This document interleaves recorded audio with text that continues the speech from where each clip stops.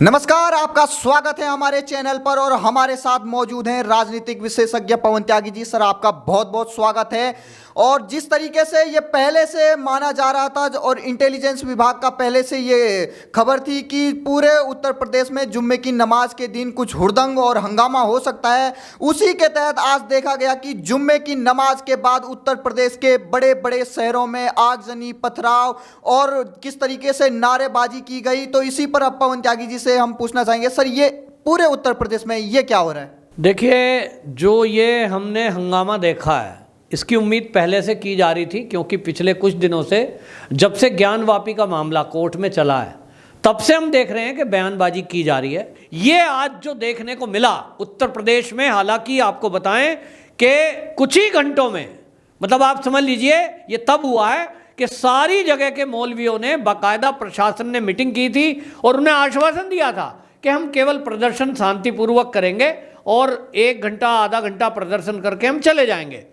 लेकिन उसके बावजूद कुछ जगह जो आगाजनी हुई, पथराव हुआ, एडीजी जो थे उनकी गाड़ी के शीशे तोड़ दिए गए प्रयागराज में। मतलब ये बवाल जो हुआ है, सहारनपुर में हुआ, चाहे देवबंद में हुआ, ये फिर भी मैं कहूँगा कि कोशिश तो की गई, लेकिन योगी जी के बुलडोजर का खौफ लोगों के दिमाग में सेट है कि बेटा वीडियोग्राफी हो रही है, अभी तो आप बवाल कर दोगे किसी उवैसी के कहने से या किसी मौलाना के भड़काने से, लेकिन बाद में तुम्हारा क्या होगा ये सब लोग जानते हैं। इसलिए उत्तर प्रदेश में कोशिश की कि उत्तर प्रदेश को जला ले जाएं, लेकिन वो कर नहीं पाए। जिस तरह से राम जन्मभूमि का आंदोलन चला था, कोर्ट का केस चला था, तब भी हम देखते थे कुछ लोग कहते थे कि यहाँ हम बिल्कुल मंदिर बनाने नहीं देंगे, जबकि हिंदुओं की आस्था का केंद्र था वो। और शुरू से, देश की आज़ादी के बाद से ज़्यादा मंदिरों की तो बात ही नहीं की गई। इस देश में लगभग 40,000 से ज़्यादा प्रमुख मंदिर हिंदुओं के तोड़े गए, लेकिन हिंदू समाज ने केवल ये बात की कि हमारे 3-4 प्रमुख आस्था के केंद्र हैं। एक तो सरदार पटेल जी ने सोमनाथ मंदिर का जीर्णोद्धार कराया था जब वो स्वयं मौजूद थे, लेकिन उनके जाने के बाद ये हुआ कि भाई काशी, मथुरा और अयोध्या 3 मंदिर हमें और चाहिए, क्योंकि हमारे तो जिंदगी से लेकर और मौत तक राम का नाम साथ में है, हम राम परमात्मा ऐसा मानते हैं। लेकिन कुछ लोगों की राजनीति के कारण ये समस्या का समाधान नहीं हो पाया। फिर उसके बाद न्यायपालिका ने भी इसमें ढील दी, लेकिन आज जब वो देख रहे हैं कि राम जन्मभूमि पर राम जी का मंदिर बन रहा है, 2014 के बाद जब मोदी सरकार आई और उसके बाद जब योगी जी यूपी में आए तो समस्या का समाधान हुआ। जो लोग जमीनों पर ऑब्जेक्शन कर रहे थे उनको योगी सरकार ने दूसरी जगह जमीन दी, उनको मुआवजे दिए और अल्टीमेटली जो मंदिर भव्य बनाने के लिए जो जगह चाहिए वो चिन्हित करके और वो खाली हुई। लोगों को यही प्रॉब्लम हुई कि योगी जी ने इस मामले को कैसे सुलझा लिया। यहाँ तो कोई दंगा फसाद हुआ नहीं, लोग कहते थे बवाल होगा, और योगी जी के आप भाषण सुनिए, वो कहते थे परिंदा भी पर नहीं मारेगा, कोई चींटी भी नहीं मरेगी। तो योगी जी की इच्छा शक्ति के कारण, उनके प्रयासों के कारण ये न्यायपालिका के जरिए हुआ है, सुप्रीम कोर्ट का आदेश हुआ, तो आज भव्य राम मंदिर बन रहा है। ऐसे ही अगली कड़ी में जो ज्ञानवापी है उसको लेकर बात हुई, और जैसे ही ज्ञानवापी को लेकर बात शुरू हुई, वैसी जैसे नेता सामने आए और उन्होंने जिस तरह की भड़काऊ बयानबाजी की कि हम एक मस्जिद शहीद हुई है, दूसरी नहीं होने देंगे, और उन्होंने राम जन्मभूमि के फैसले पर भी सवाल उठाए, यानी सुप्रीम कोर्ट की भी अवमानना उन्होंने की और उसको कह दिया कि वो फैसला गलत हुआ है। तो इससे उन्होंने भाषणबाजी से मुस्लिम समाज को भड़काने का काम किया, और इसीलिए क्योंकि पुलिस पहले से मुस्तैद थी, और यहाँ एक बात और सिद्ध होती है कि पुलिस ने पहले ही इंतजाम किया था। इसका मतलब ये हुआ कि उत्तर प्रदेश की पुलिस का इंटेलिजेंस भी बहुत बेटर है, जिसके कारण ये हिंसा रुक पाई।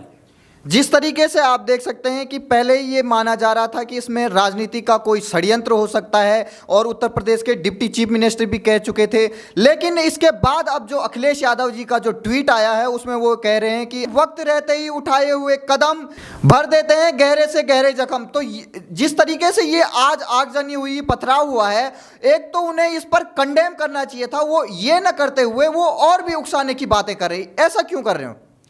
देखिए, असल में बात क्या है, ये जो है ना, अखिलेश यादव हुआ है, ओवैसी हुए, ये कांग्रेस हुई। कुछ दिनों पहले आपको याद होगा राहुल गांधी विदेश में गए थे और वहाँ हार्वर्ड यूनिवर्सिटी के एक प्रोग्राम में बैठकर वो भारत की बुराई कर रहे थे। वहीं उन्होंने ये बयान दिया कि इस समय भारत में मिट्टी का तेल छिड़का जा चुका है, केवल दिया सलाई लगाने की ज़रूरत है, तीली लगाने की ज़रूरत है। इसका मतलब तो राहुल गांधी की तैयारी तो ये पिछले 2 महीने से चल रही है कि आग लगे, किस तरह से तेल छिड़का जाए। नेताओं की भाषा है, वो कोड वर्ड में बोल रहे थे। तेल छिड़कने का मतलब यही है कि उत्साहपूर्ण बयानबाजी करें, बार बार एक झूठ बोला जाए, शांतिपूर्वक चलते हुए देश में एक नैरेटिव चलाया जाए कि मोदी मुस्लिम विरोधी है, योगी मुस्लिम विरोधी है, ताकि वो जो मुसलमान कोरोना काल में महीने में 2 बार फ्री का राशन ले रहे हैं, उनको वैक्सीन दी गई, उनको दवाइयाँ दी गई, मकान दिए गए, उनको भुलाने की कोशिश की गई कि भैया ये मोदी जी और योगी जी आपके हितैषी हैं, ये सबका साथ सबका विकास वाले हैं, अंतर नहीं है। गड़बड़ केवल वो नेता हैं जिन्होंने 70 साल शासन किया। और अखिलेश यादव जो बयान दे रहे हैं, उनके पिता मुलायम सिंह यादव जी भी उत्तर प्रदेश के मुख्यमंत्री रहे।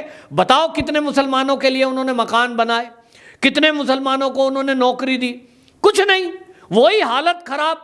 लेकिन आज योगी जी जब आए तब से इनको दिक्कत हो गई और इसलिए इनको लग रहा है कि तुम्हारा जो एक वोट का आधार था इन मुसलमानों के बीच में, वो तो खिसक गया, वो तो योगी जी की तरफ चला गया। अभी जो विधानसभा के चुनाव यूपी के हुए हैं, इसके जो आंकड़े सामने आए हैं कि 7% मुसलमानों ने योगी जी को वोट दिया है। और ये कब दिया है? जब ओवैसी पूरी ताकत लगाते रहे, कांग्रेस पूरी ताकत लगाती रही, अखिलेश यादव पूरी ताकत लगाते रहे कि किसी तरह मुसलमानों को डराओ, भड़काओ और बीजेपी से दूर करो। तो आज वो 7% हुआ है। अगले 5 साल में मैं उम्मीद कर रहा हूं कि वो 20-25% तक जाएगा और ज़्यादा भी हो सकता है। यही प्रॉब्लम इन पार्टियों की है कि तुम्हारा जो कोर वोटर था भाई, वो तो खिसक गया। और इसलिए अब क्या करो? वही फॉर्मूला पुराना कि आपस में लड़ाओ हिंदू मुस्लिम को, और हिंदू मुस्लिम लड़ाई होगी उसके बाद तुम झूठ बोलना कि बुलडोजर तो धर्म देख के चल रहा है। तो मैं जो अखिलेश यादव ने जो ट्वीट किया है, उसके बजाय एक जिम्मेदार नेता होने की वजह से उनको कहना चाहिए था कि भैया दंगा ना करिए, कानून अपना काम करेगा, आपकी कोई भी शिकायत है उस पर आप FIR लिखाइए। लेकिन आप इस तरह की बात करेंगे कि ये समय रहते उठाए गए कदम भर देते हैं हर जख्म। क्या कहना चाहते हो? समय रहते क्या उठाना चाहते हो? योगी जी उठाएंगे। अब मैं इसको दूसरी तरीके से लेता हूं कि अखिलेश यादव जी शायद योगी जी को याद दिला रहे हैं कि कानपुर हिंसा में जो दोषी हैं फटाफट उनके घर बुलडोजर चलाओ, वरना ये जो है जख्म नहीं भरेंगे, ये दंगा ये फसाद इस तरह का होता रहेगा। तो ये इन लोगों की गंदी राजनीति है। इन लोगों को भड़काकर सड़कों पे उतार के खुद तो सेफ बचेंगे, दूसरों को मरवाएंगे। जैसे कि उत्तर प्रदेश में जो लॉ एंड ऑर्डर था, चुनाव से पहले जब योगी आदित्यनाथ जी जनता के बीच गए थे, उन्होंने कहा था कि पूरा लॉ एंड ऑर्डर और यहाँ कोई भी परिंदा भी पर नहीं मांग सकता। और चुनाव के दौरान उन्होंने ये मुजफ्फरनगर में ये कहा था कि हम यहाँ शिमला बना के रखते हैं। तो अब इस पर जिस तरीके से पूरे उत्तर प्रदेश के बड़े बड़े शहरों में आगजनी की घटनाएं हुई, लॉ एंड ऑर्डर को तोड़ा गया, अब उस पर योगी आदित्यनाथ जी का ये आदेश आया है कि सख्ती से इनसे निपटा जाए। तो अब क्या होने वाला है आगे? देखिए, योगी जी के जो बयान हैं वो अभी अपनी जगह हैं, और आपको बता दूं कि ये केवल बौखलाहट है। हुआ ये है कि कानपुर में इन्होंने एक प्रयोग करके देखा, मुट्ठी भर लोग सड़कों पे उतरे और उन्होंने पथराव किया, हिंसा करने की कोशिश की। पुलिस की तैयारी थी, ये बात अलग है, राष्ट्रपति जी प्रधानमंत्री जी वहाँ मौजूद थे, इसकी वजह से फोर्स कम था वहाँ, फिर भी कंट्रोल कर लिया गया। और बाद में जो दंगाइयों पर एक्शन हो रहा है, जो पकड़े गए, मास्टरमाइंड पकड़ लिया गया है, अब सारे एंगल खंगाले गए हैं, तो इनको लगा यार ये तो पोल खुल गई, जो षड्यंत्र था वो खुल गया, और इसलिए अब ये कोई पूरे उत्तर प्रदेश में कहीं बवाल नहीं कर पाएंगे। और ये भी इनकी बौखलाहट का कारण है कि योगी जी का जो बुलडोजर वाला फॉर्मूला है वो कानपुर में इंप्लीमेंट होने जा रहा है। 147 मकान चिन्हित कर लिए गए जो दंगाई थे, दंगे में शामिल थे, ऐसी बिल्डिंगें गिराई जानी है।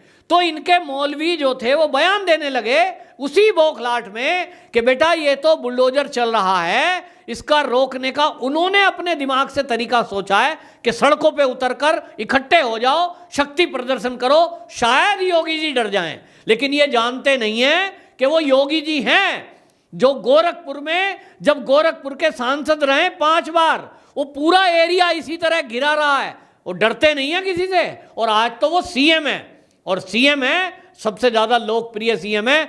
आज के समय में उत्तर प्रदेश में कोई भी लॉ एंड ऑर्डर की सिचुएशन को खराब करने की कोशिश करेगा, योगी जी का बुलडोजर निश्चित रूप से उस पर चलेगा। आज जुम्मे की नमाज के बाद जिस तरीके से उत्तर प्रदेश ही नहीं बल्कि पूरे देश भर में, झारखंड ले लीजिए, वेस्ट बंगाल ले लीजिए, और चाहे आपका राजस्थान ले लीजिए, और कई अन्य प्रदेशों में भी आगजनी और किस तरीके से नारेबाजी और काफ़ी तरीके से हिंसा की भी खबरें आ रही हैं।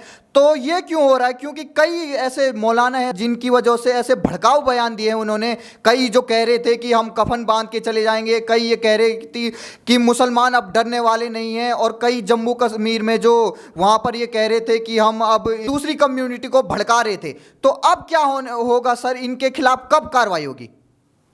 देखिए, ये जो है ना एक षड्यंत्र है, और ये उत्तर प्रदेश में प्रयोग किया गया।